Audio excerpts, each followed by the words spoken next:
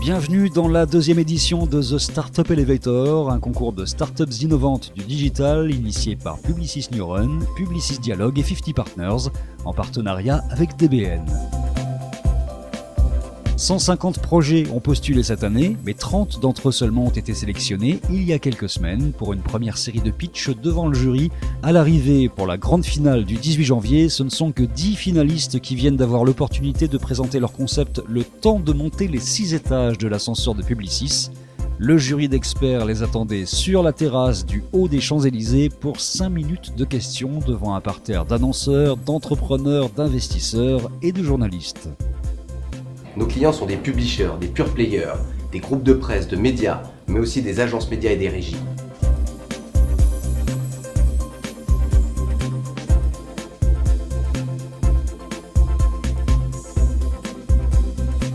Alors le troisième du podium est Adopmom. Donc le deuxième c'est Sherpay. Le premier c'est SmartMeUp. SmartMeUp, on fait de la reconnaissance faciale. Nous, on a un positionnement où on fait de la reconnaissance faciale en embarqué. On est les seuls dans le monde à faire ça.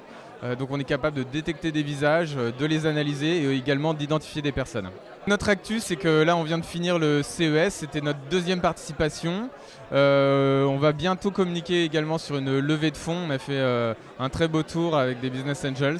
Donc j'ai gagné le deuxième prix aujourd'hui. Ça veut dire qu'on a de l'accompagnement avec Publicis pour tout ce qui est communication, de l'accompagnement pour notre levée de fonds qu'on prépare avec 50 Partners et de l'accompagnement pour la commercialisation avec Caporn Invest. À la suite de l'événement de l'année dernière, on a trouvé que les startups qui ont été sélectionnées étaient bien au-delà de ce qu'on pouvait imaginer. Donc on a vraiment inscrit cet événement comme étant récurrent. La deuxième année est encore plus dingue que la première, donc je pense qu'on n'est pas prêt de s'arrêter. Mon choix était, je pense, comme beaucoup des membres du jury, assez représentatif du résultat final. StartMeUp a quand même été largement plébiscité. Les applications qui peuvent en découler sont monstrueuses. Reste à savoir si la concurrence internationale ne sera pas trop féroce. Et 3 startups dans l'an dernier. La première, Critizer, qui vient de boucler une levée de fonds plutôt pas mal et qui souhaite se développer à l'international, notamment dans les pays limitrophes, Belgique, Italie, Espagne.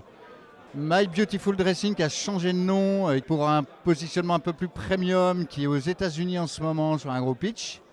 Et Talkie-Walkie qui s'inscrit de façon tellement naturelle dans le parcours client sur Internet au moment de l'achat qu'en ce moment tous les grands sites e-commerce s'intéressent à Talkie-Walkie pour mobiliser les communautés autour du dernier mètre d'achat, on va dire, sur le digital.